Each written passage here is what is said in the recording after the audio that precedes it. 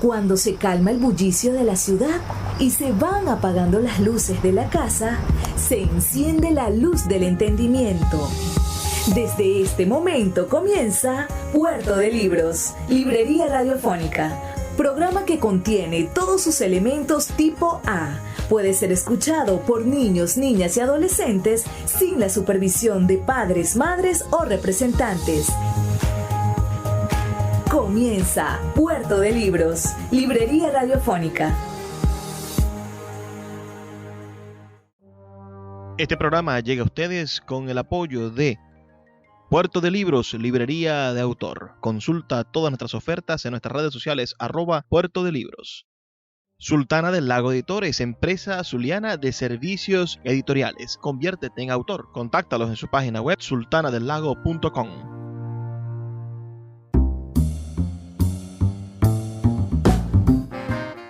Bienvenidos a Puerto de Libros, Librería Radiofónica. Les habla Luis Peroso Cervantes, quien de lunes a viernes, de 9 a 10 de la noche, trae parte de este programa a través de la Red Nacional de Emisoras Radio Fe y Alegría. 21 emisoras conectadas para llegar a toda Venezuela con buenas recomendaciones de lecturas, con aventuras, historias y un montón de sucesos maravillosos que produce la imaginación. Hoy nos encontramos grabando este programa desde las instalaciones de Puerto de Libros, Librería de Autor, en el Centro Comercial Gran Bazar de Maracaibo. A uno de nuestros lados se encuentra nuestro amigo, el fiel librero, el pilar de esta librería, que es mi queridísimo hermano Alfredo Peñuela. Y del otro lado, a mi diestra, se encuentra uno de los hombres que yo más admiro en lo personal. Un hombre que es el vivo ejemplo de la superación, del trabajo de desarrollo personal, de la construcción desde construir una personalidad, construir un propósito de vida solamente con voluntad y con talento, y enfocarse de esta manera para hacer sus sueños realidad es sin duda uno de los grandes méritos que tiene Jorvis Márquez, uno de los autores de nuestra editorial de Sultana del Lago Editores, y cuya referencia biográfica vamos a conocer. Vamos a intentar saber un poco de su vida, de esa motivación que lo ha llevado a escribir este maravilloso libro que tenemos en la mano, Pescador de Poesías. Una hermosísima novela que todos ustedes deberían leer. No tiene desperdicio, realmente es una historia de amor. Pero ya vamos a hablar de la novela. Comencemos hablando con Jorvis Márquez, preguntándole primero por su salud, por su vida en esta contemporaneidad pandémica. ¿Cómo se siente, señor Jorvis? Por favor, denle un saludo a nuestra audiencia en Puerto de Libros y Librería Radiofónica. Bueno, primero que nada, muchas gracias, señor Luis, por la invitación. Un saludo a toda la audiencia. De verdad, contento de estar acá. Y bueno, dentro de lo que cabe, luchando el día a día, lo que nos corresponde a cada uno. Luchando por la familia.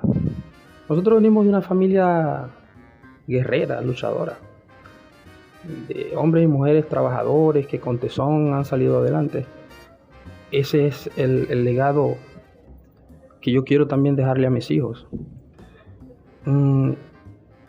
Les voy a contar un poco sobre, desde el comienzo de la pandemia.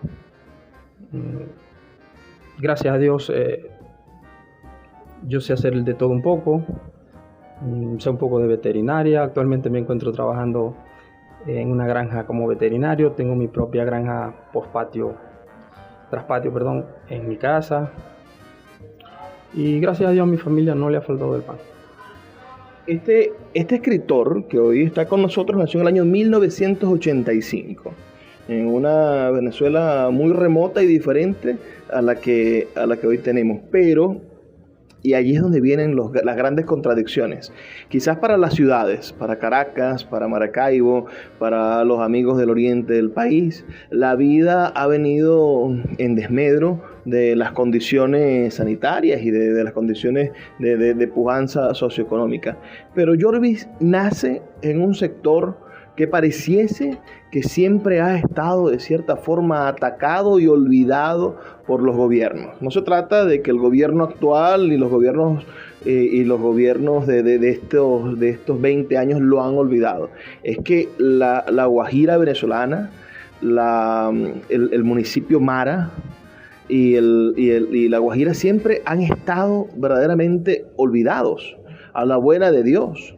La laguna de Sinamaica siempre ha sido, pareciese, un territorio donde más allá del gobierno de los indígenas, más allá de la ancestralidad, siempre ha estado los estados a las espaldas y siempre han dejado a nuestros pueblos originarios fuera del alcance de las bondades del gobierno. Usted nace en Maracaibo, porque usted viene a nacer aquí en Maracaibo porque lo traen al hospital. Sí. Si tiene una historia sobre eso, cuénteme qué sabe usted de su nacimiento. Bueno, como vivíamos muy apartados, alejados, entonces mi mamá prudentemente decide venirse a Maracaibo porque aquí era más fácil el acceso a un hospital, en fin. Un tío paterno vivió aquí desde los 18 años. Tenía varios años viviendo aquí en la ciudad. Y se comunicaron con él y dijo que sí, que no había ningún problema. 3 días antes de mi nacimiento, mi mamá se traslada hasta acá, hasta la ciudad. Y se viene hasta su casa, pues. Nazco un día miércoles. Según me contó mi mamá, a eso de la 1 de la tarde, en el Marite, en el hospital El Marite. Bueno, era otra época. Mi tío, que era un hombre de temperamento un poco fuerte y un tanto preocupado. Claro, vivía aquí en la ciudad, en el campo nosotros vivíamos una vida más despreocupada, ya él estaba adaptado al ambiente de esta ciudad, y dice mi mamá que eso andaba dando carreras, estaba más preocupado que mi propio padre esa noche, hasta que ella estaba más nervioso. Salieron de allá cuando mi mamá le cuenta que ya tenía dolores, sorprendió el carro como un loco y salió de allá del 18 de octubre, que era donde vivía, y la trajo hasta el Marite. Gracias a Dios todo salió bien. Ya a los 3 días estaba ya en mi casa, conociendo a mi familiar o mis familiares conociéndome a mí. Y bueno. Ese mundo rural, sus padres, ¿cuántos hermanos tienes, Jorvis? Háblanos del sector donde viven tus padres, que según sé es diferente a donde después tuviste que crecer en la adolescencia, porque creciste con un familiar que te ayudó a tener tus estudios. Pero háblanos de esa infancia, de esos primeros recuerdos en esos campos del municipio Mara adentro, en esas zonas, por un lado pareciesen medio desérticas, pero por el otro lado muy, muy, muy fértiles y llenas de sorpresas, que no estamos habituados a esa naturaleza. Regularmente cuando pensamos en naturaleza, se nos viene la naturaleza cinematográfica o se nos viene las selvas húmedas de fotográficas del oriente y sur del país, pero estos descampados, estos grandes territorios de Mara y de La Guajira no están en nuestra memoria. Háblanos de eso. Bueno, somos 5 hermanos. Yo soy el mayor. Tengo 2 hermanos varones y 2 hembras. Las 2 menores son hembras. Conforman mi familia. Mis papás, bueno, es un pueblito un pueblito recóndito. Está ubicado entre el sector La Rosa y el sector El Colorado. Está conformado alrededor por unas 12 o 13 casas actualmente.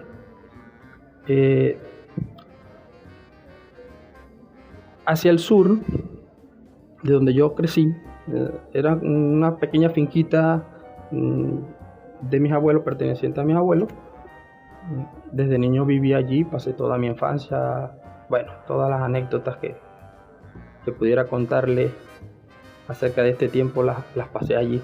Feliz, de verdad, porque a pesar de ello, de que está como olvidado en el tiempo, se respira aire puro, se come lo que la naturaleza provee, comidas sanas, salvajes, naturales. También había un caño que pasa cerca de la casa en tiempo de invierno, o a veces que nos hacía correr, se desbordaba. Y así como en verano, el verano también era fuerte. Teníamos que cavar pozos porque el agua salada entra por la laguna de Senamay, que llega hasta allá. Inclusive ha llegado hasta Carraquero algunos años. Teníamos que hacer pozos para extraer el agua. Y bueno, hervirla, tomando las correspondientes medidas sanitarias. Pero te puedo decir que viví una infancia feliz, no me quejo. Si volviera a nacer, pediría nacer allí, crecer allí. Una vez que yo termino la etapa del colegio, la primaria, me toca venirme para casa de un tío que vivía mucho más acá, por todo lo que es la cuestión del transporte, porque desde allá se me hacía demasiado difícil. Vamos a detenerlo allí, porque esa historia del tío, quiero que es una historia bellísima de aprendizaje de vida, pero cuénteme cuánto caminaba usted de su casa al colegio para poder sacar el 6º grado. Bueno, son alrededor de unos 10, 12 kilómetros. O sea, entre 20 y 24 kilómetros de ida y vuelta, cada día. El colegio donde yo estudié actualmente, bueno, lo lamento porque de verdad que tengo muy buenos recuerdos de allí. Tuvo que ser cerrado hace algunos años por falta de matrícula, por lo alejado que estaba. Pero está ubicado en el municipio Paez, que en ese entonces, ahora el municipio Guajira. Yo tenía que caminar, llegar hasta la orilla del río, embalsar en una canoa, y te puedes imaginar cuando el río estaba crecido, eso era una odisea, y muchas veces nos tocaba volvernos porque no podíamos embalsar por la crecida del río. Se hablaba de que había una madre de agua ahí en ese entonces, un mito, pero que cuando crecía el río salía la madre de agua. En fin, muchas veces me tocó volverme para la casa por esta situación. 24 kilómetros diarios. Un niño de 6 años de edad hasta que cumplió casi los 12, que terminó el 6º grado, para terminar su 6º grado y después aspirar a ir al bachillerato. Ya me va a terminar de contar esa historia, pero vamos a hacer una pausa. Son solamente 2 minutos para escuchar los mensajes de fe y alegría, y ya volvemos con más de Puerto de Libros, librería radiofónica. Escuchas Puerto de Libros con el poeta Luis Peroso Cervantes. Síguenos en Twitter e Instagram como @Librería Radio. My dad works in B2B marketing. He came by my school for career day and said he was a big ROAS man. Then he told everyone how much he loved calculating his return on ad spend. My friends still laugh at me to this day. Not everyone gets B2B, but with LinkedIn, you'll be able to reach people who do. Get a $100 credit on your next ad campaign. Go to linkedin.com/results to claim your credit. That's linkedin.com/results. Terms and conditions apply. LinkedIn, the place to be, to be. Sultana del Lago Editores es una empresa zuliana de servicios editoriales. Nuestro catálogo tiene más de 100 títulos de autores nacionales e internacionales. Además, somos la única editorial que presta servicios de impresión bajo demanda en Maracaibo. No necesitas invertir en grandes tirajes. Tus lectores pedirán tu libro, nosotros lo imprimiremos y tú obtendrás regalías. Por ello, también editamos internacionalmente en Amazon y Google Play Books. Conoce más en nuestra nueva página web www.sultanadelago.com o siguiéndonos en Instagram como @sultanadelago.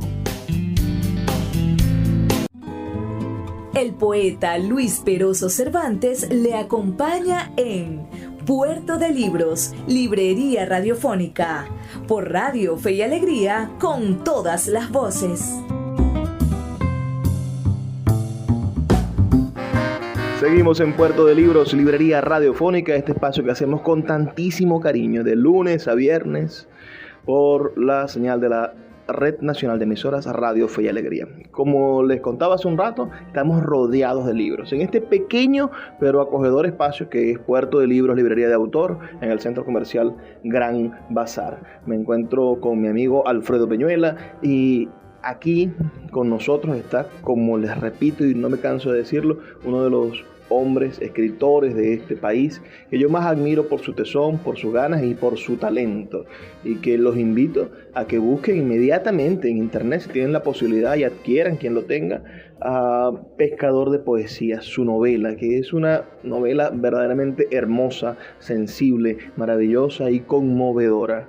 Si ustedes no la han leído todavía, bueno, tienen una muestra gratis de la novela en Google Play Books, en su teléfono inteligente. Usted coloca en Google Play, coloca Pescador de Poesía y le va a salir la novela que está allí.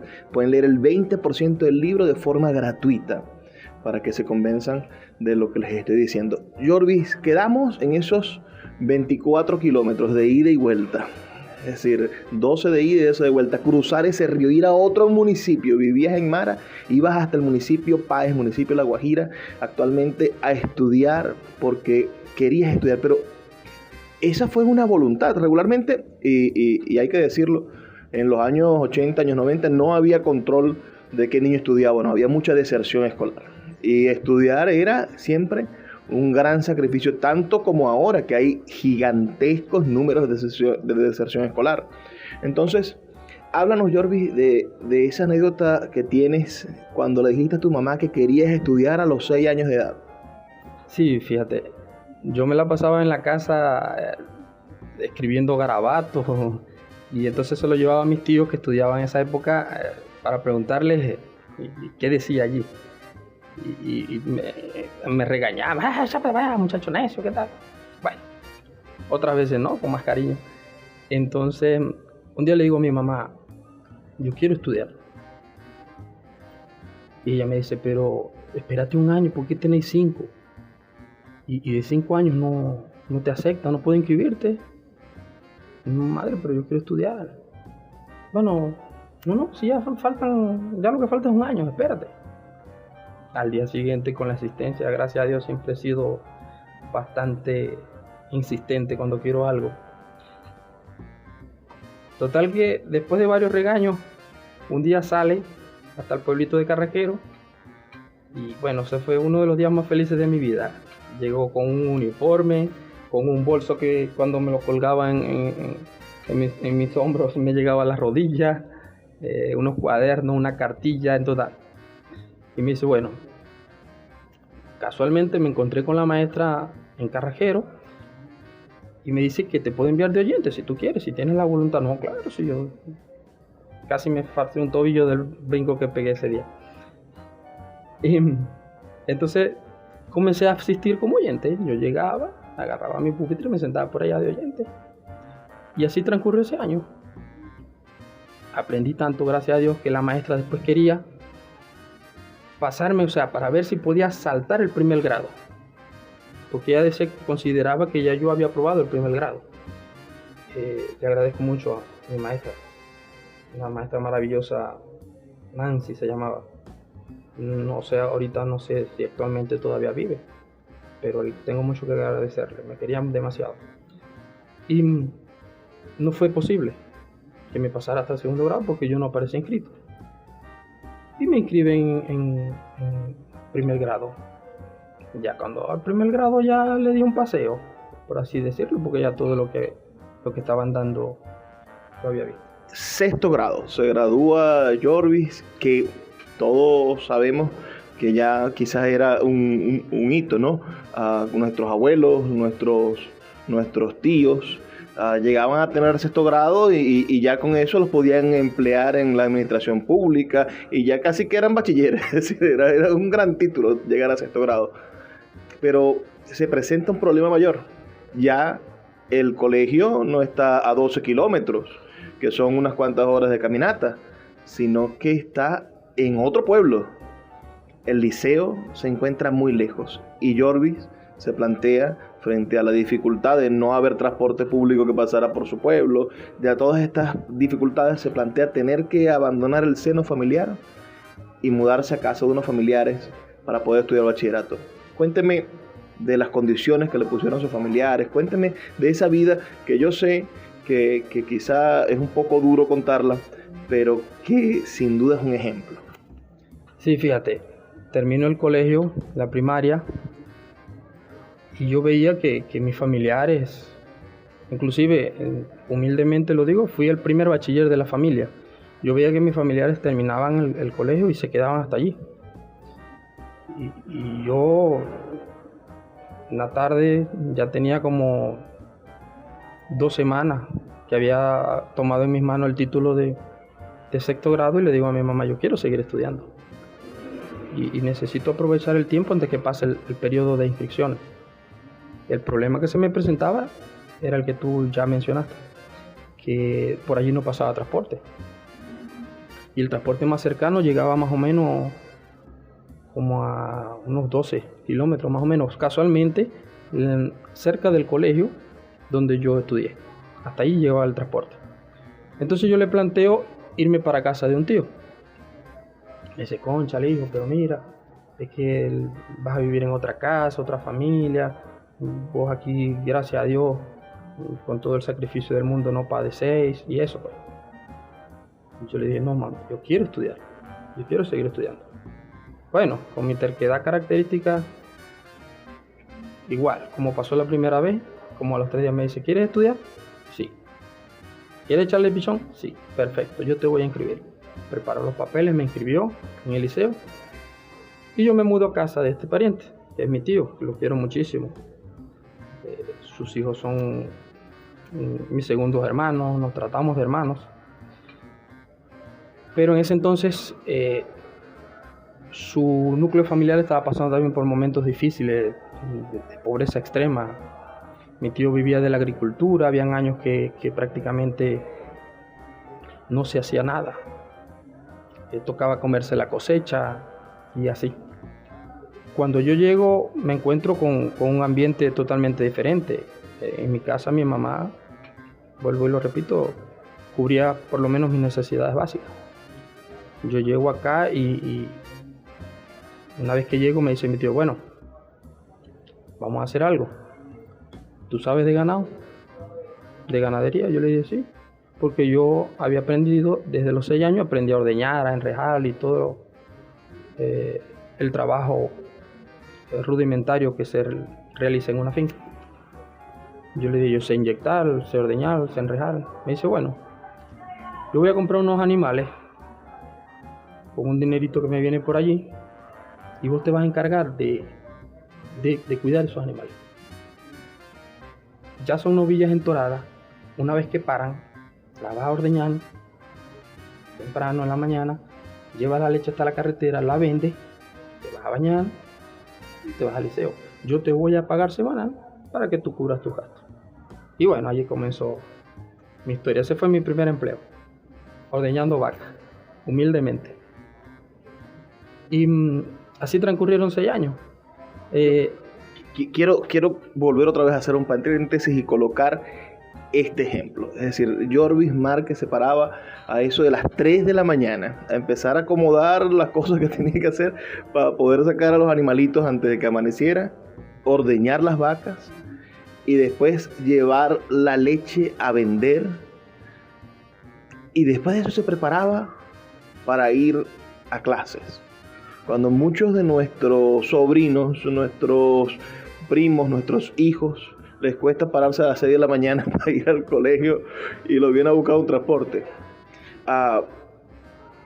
Es un ejemplo a seguir en el sentido también en aprender a trabajar desde niño, en el poder dedicarse en cuerpo y alma a querer hacer, a pesar de las dificultades, querer hacer algo trascendente para uno mismo, porque todo lo que has hecho, Jorvis, ha sido para ti, para tu familia y para tus seres. Es decir, no hay esa esa estructura de querer ambicionar para ir más allá, o que las ambiciones lo siguen a uno en el sentido en el que hay gente que le tiene miedo a la palabra ambición. Es decir, ese niño de 5 años que quería ir al colegio era un niño que tenía la ambición de aprender, que tenía la ambición de superar las dificultades en las que estaba viviendo.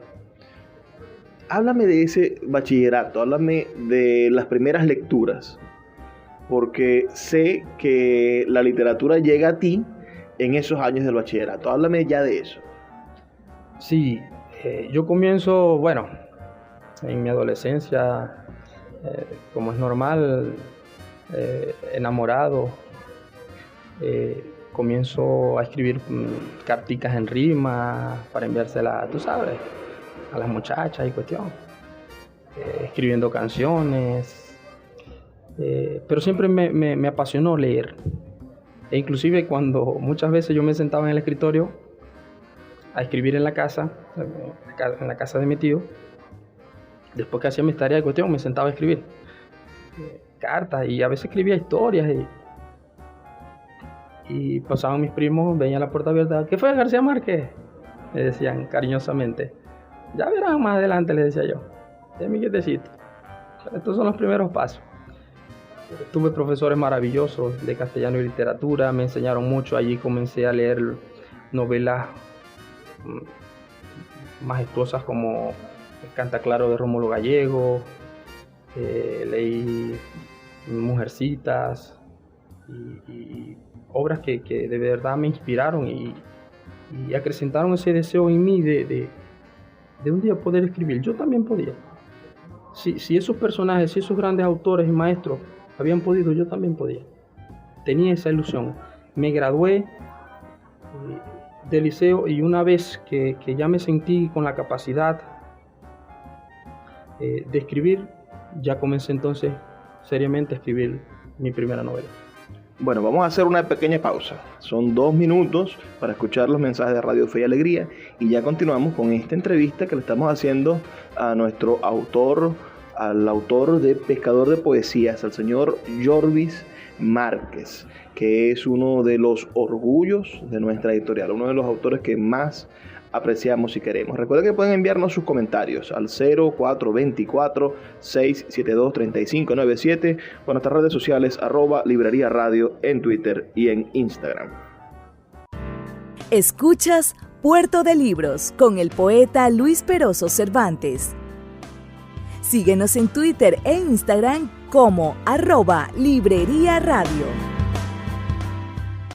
Want to teach your kids financial literacy, but not sure where to start? Greenlight can help. With Greenlight, parents can keep an eye on kids' spending and saving, while kids and teens use a card of their own to build money confidence. As a parent, you can send instant money transfers, set up chores, automate allowance, and more. It's a convenient way to run your household, customized to your family's needs, and the easy way to raise financially smart kids. Get started with Greenlight today and get your first month free at greenlight.com/Spotify. El poeta Luis Peroso Cervantes le acompaña en Puerto de Libros, Librería Radiofónica, por Radio Fe y Alegría, con todas las voces. Seguimos en Puerto de Libros, Librería Radiofónica, en las 21 emisoras de la Red Nacional de Emisoras Radio Fe y Alegría. Recuerda que puedes reportar tu sintonía, decirnos de qué parte del país nos escuchas, y tus comentarios, que son muy valiosos para nosotros, al 0424-672-3597, 0424-672-3597. También a nuestras redes sociales, @Librería Radio en Twitter y en Instagram. Me encuentro en la librería Puerto de Libros, librería de autor. Aquí debe haber unos 850 libros, que es solamente el 10% de la cantidad de libros que tenemos en el depósito, pero aquí está lo más selecto de la literatura, y entre los García Márquez, entre los Pablo Coelhos, entre los Rómulo Gallegos, se encuentra el libro de Jorvis Márquez, quien hoy nos está dando esta entrevista. Este libro bellísimo, que tiene una ilustración. Ya podrán ustedes, cuando colocan el libro en Google, les va a salir esa maravillosa ilustración. Un hombre sentadito en la esquina de su cayuco, solo, de noche, porque los pescadores añú pescan de noche. Es decir, esa idea del pescador a las 12 del mediodía o en la tarde, la idea de ese pescador gringo sentado en el lago tranquilo, eso no tiene nada que ver con nuestra pesca artesanal indígena. Nuestros añús se paraban a las 7, 6 de la tarde y pasaban desde ese momento hasta el amanecer, hasta que despuntaba el sol, pescando, buscando sus camarones, buscando la comida para sus esposas. Por eso llegaban los blancos a ver la población palafítica y decían, es que el indio añú es flojo porque la mujer trabaja y el hombre duerme. No, es que el hombre ha trabajado toda la noche pescando y la mujer se levanta temprano para recibir a su hombre con su comida, y después se queda ella tejiendo, se queda ella reparando la casa con la naturaleza, porque es que las casas palafíticas naturales o en la tradición están hechas de mangle y de enea. Entonces, a pesar de todo esto, me gustaría que Jorvis nos hablara de esta creación, de esta primera novela que ha publicado con nosotros, y que nos hable de sus raíces indígenas, porque Jorvis es una mezcla entre los guayú y los añú. Tiene de ambos su familia, de ambos palos se ha hecho esta baraja, y esta novela también trata de eso, porque es el amor prohibido entre la hija de un cacique guayú y un trovador añú, un maravilloso hombre como es José Mercedes. Vamos a escuchar entonces lo que nos dice Jorvis Márquez. Pescador de Poesías nace la mañana de un lunes, que mi abuelo me convida a pescar un anzuelo en el río. Bueno, esa mañana no agarramos nada, nos devolvimos a eso de las 11. Tengo que comprar pescado del que ya habían agarrado la noche anterior los pescadores profesionales, pero cuando íbamos camino a casa, él me comienza a hablar de este pariente que es como mi bisabuelo en afecto. Era un tío de mi abuelo, pero lo apreciaba y lo quería como si fuera su propio padre. Me comienza a hablar de su historia y yo inmediatamente, un niño de 8 años, me enamoré de su vida, de lo que había hecho, de ese talento nato para componer, de esa capacidad de componer décima, a pesar de que lamentablemente era un iletrado, fue un iletrado. Su mayor anhelo, según me contó mi abuelo, fue estudiar. Nunca pudo, porque para la época era demasiado difícil para un pescador que vivía allá en la laguna, pero fue uno de sus grandes anhelos, poder estudiar. Después de esa mañana le pedí a mi abuelo que me la contara, bueno, incontables veces. Una vez que ya me siento preparado, como les dije en el segmento anterior, para escribir, yo dije, bueno, yo voy a comenzar por mis raíces. Y porque también era como uno de esos amores de la infancia, inolvidables. Todavía tenía por allí la historia del gran poeta José Mercedes deambulando en mi cabeza, que no me dejaba tranquilo. Y decido escribir esta novela. De verdad, me encantó desde el primer momento. Me despertaba a la 1, 2 de la mañana y comenzaba a escribir. De verdad que me enamoré de esa obra. Fue mi primera novela, además. Me estrené como escritor. Gracias a Dios, en el año 2018, el maestro, a quien quiero enviar un caluroso saludo, mi apreciado maestro Tito Balsa Santaella, a través de Facebook me pongo en contacto con él personalmente. No tengo el honor de conocerlo, no he podido estrechar su mano, pero tengo ese anhelo de verdad. Lo conocí a través de Facebook, porque yo empecé a indagar sobre la literatura, a aprender, y el profesor todas las mañanas publicaba en su Facebook cátedras de nuestra lengua española, y a través de ello lo conozco. Una mañana le escribo contándole mi deseo de convertirme algún día en un escritor. Ya tenía para el momento, unas 3 obras escritas a mano, porque mis libros yo los comienzo escribiendo a mano. Y le cuento todo eso y bueno, él acogió. Imagino que no sé, me gustaría preguntarle qué sintió en ese momento, pero lo cierto es que me escribe y me dice: ponte en contacto con el señor Luis Peroso Cervantes, que él te puede guiar. Bueno, gracias a Dios, las puertas se abrieron. Ahí estaba Sultana del Lago, mi casa editorial, para acogerme, para darme esa bienvenida como escritor a este mundo maravilloso que es la literatura. Y bueno, se dieron las cosas. Por allí vienen otros proyectos, pero bueno. Háblanos de esta historia. La historia, como les comentaba hace un momento, está signada por los sueños. Todo esto comienza con el sueño de uno de los personajes y después con los sueños místicos que tiene esta maravillosa Wayúu, esta mujer. Viene un proceso de sequía que obliga a los Wayúu a moverse y a buscar el apoyo de la comunidad Añú. La comunidad Añú le brinda a los Wayúu su amistad, como siempre ha sido. Los Añú son muy amigables con todos. Quizás por eso están al borde de la extinción, porque son maravillosamente dados, confiados, y le entregan todos sus secretos a quien necesita aprender. Los Añú, bueno, si han escuchado mis programas anteriores, quizás tuvieron la oportunidad de escuchar la entrevista que le hice al profesor José Quintero Weir. Si no, pueden escucharla en nuestra página web, en libreriaradio.org. Allí está esa entrevista donde el profesor nos habla sobre la sociología, sobre el mundo profundo de los Añú.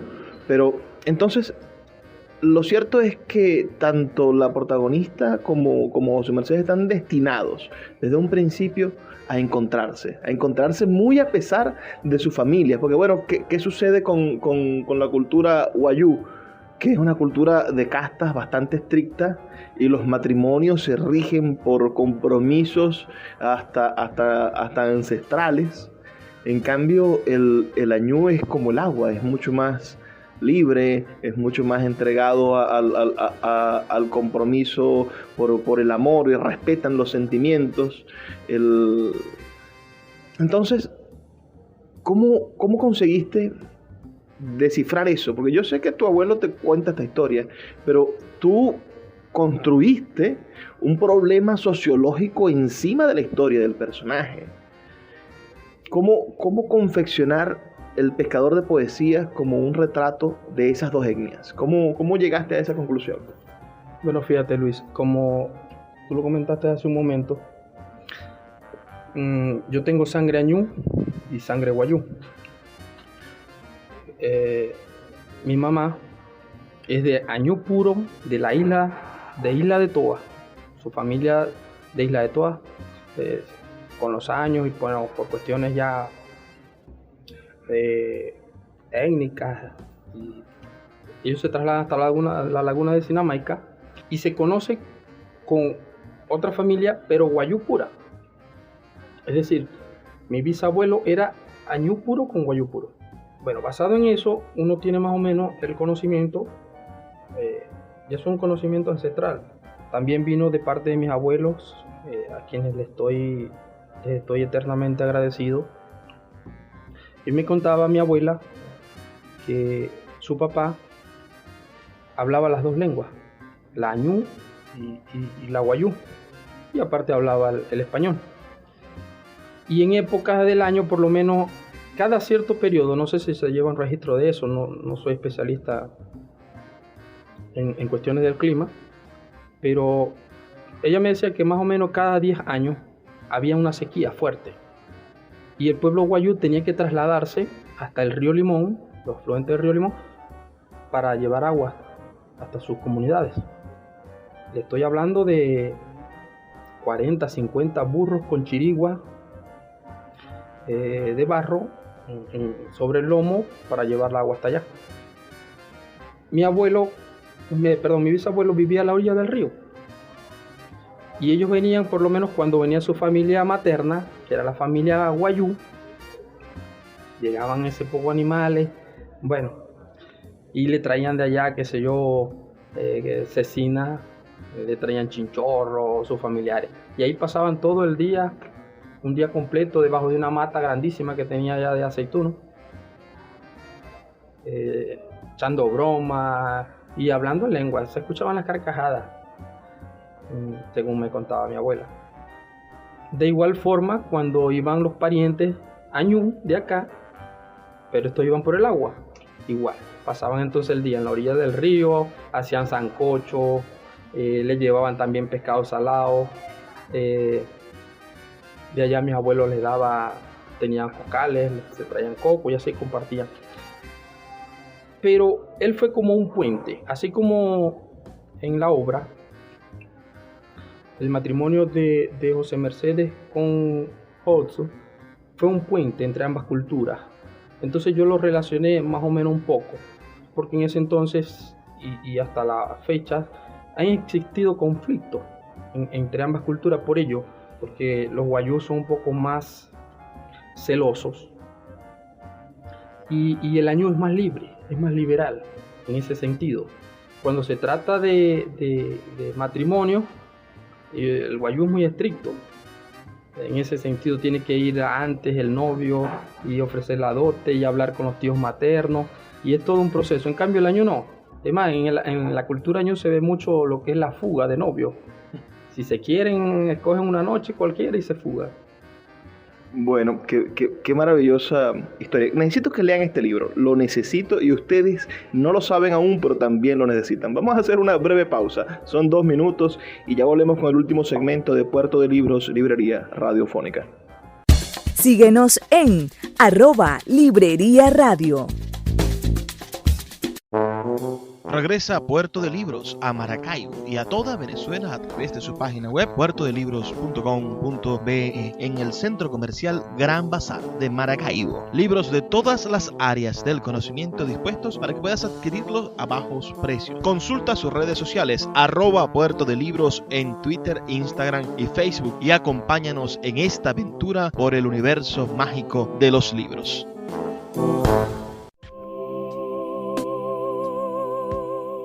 Si te gusta nuestro programa, puedes apoyarlo con un pequeño aporte mensual de $2.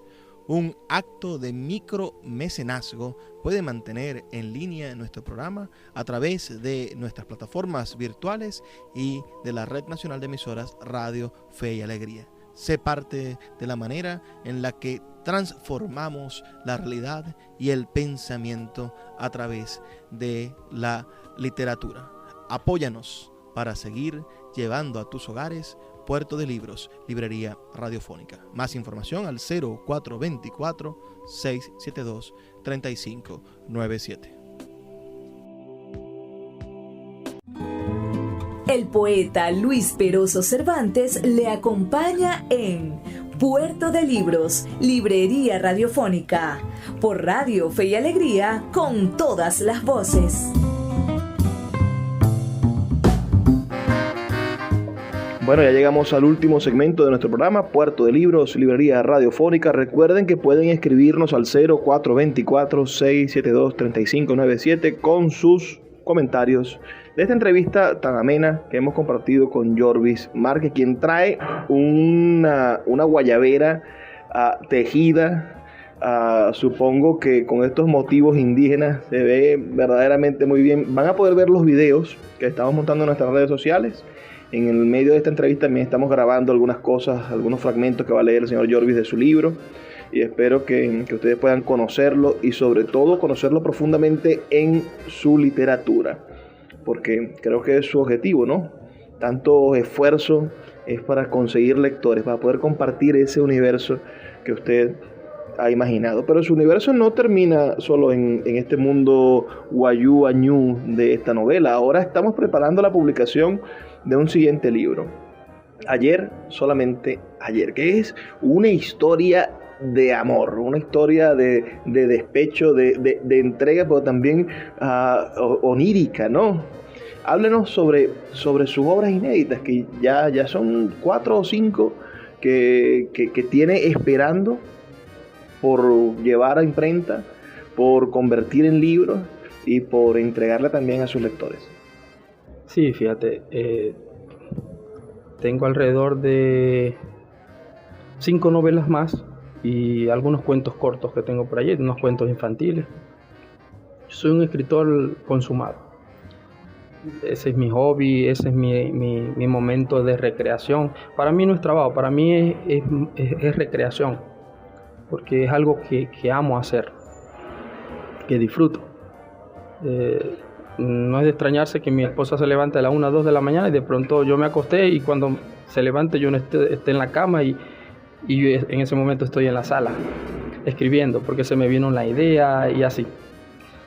Tengo varias novelas escritas que están escritas a mano. Ya la segunda fue transcribida, ya se encuentra en el seno de Sultana del Lago esperando ver la luz del sol, próximamente con el favor de Dios, muy pronto. Y bueno, una vez que salga Ayer, solamente ayer, que es una novela, como decías tú, bellísima, de verdad. Yo espero que al público lector le guste tanto como a mí, de verdad es una novela que en lo personal me gusta demasiado. Estoy profundamente enamorado de este trabajo que próximamente tendremos en Sultana del Lago y en todas las plataformas a través de las cuales vende sus obras. Y bueno, confiado en Dios y sí, todos los días me levanto con los pies en la tierra y la cabeza en las estrellas de que el próximo año y en los años consecutivos, cada año poder publicar una novela para de alguna manera seguir este sueño, seguir en este viaje maravilloso que es la literatura, la escritura, y esperando que la gente, así como a Pescador de Poesías, la acojan con cariño, que la hagan suya, que la estudien, que la compartan. De verdad, eso es lo que me motiva a seguir adelante. Cuando conocí a Jorvis Márquez, me sorprendió su oficio de esos días. Jorvis Márquez trabajaba manejando un autobús desde Carrasquero, no lo sé, hasta Los Filúos, que es una ruta más o menos de 1 hora y media, extensísima, dentro del municipio Mara hasta el municipio Páez, hasta casi la frontera. Los Filúos es uno de los últimos pueblos y uno de los últimos mercados que se dan antes de la frontera. Y él me decía, y eso fue una cosa que a mí me fascinó, él me decía que cuando estaba en la parada, esperando que se llenara el bus o le tocara a su bus llenar, y después cuando estaba en las colas de gasolina esperando que le echaran el gasoil al bus, él lo que hacía era pensar en sus historias. Y eso a mí me hizo darme cuenta que no importa, es decir, de esa idealización de que el escritor debe de ser un profesor universitario, de que el escritor debe de estar en un lugar cómodo, bien iluminado y con un buen aire acondicionado para poder escribir, o debe de tener una buena calefacción y debe de estar resuelto de esos problemas materiales tales. ¿Cómo vas a estar pensando en dinero? ¿Cómo vas a estar pensando en tal y tal cosa? No, yo veo en el talento natural de Jorvis Márquez, en su talento para la narrativa, veo además lo que significa la palabra vocación, lo que significa la entrega a un oficio, que en este caso es el oficio de escritor, el oficio de la imaginación, el oficio de la literatura.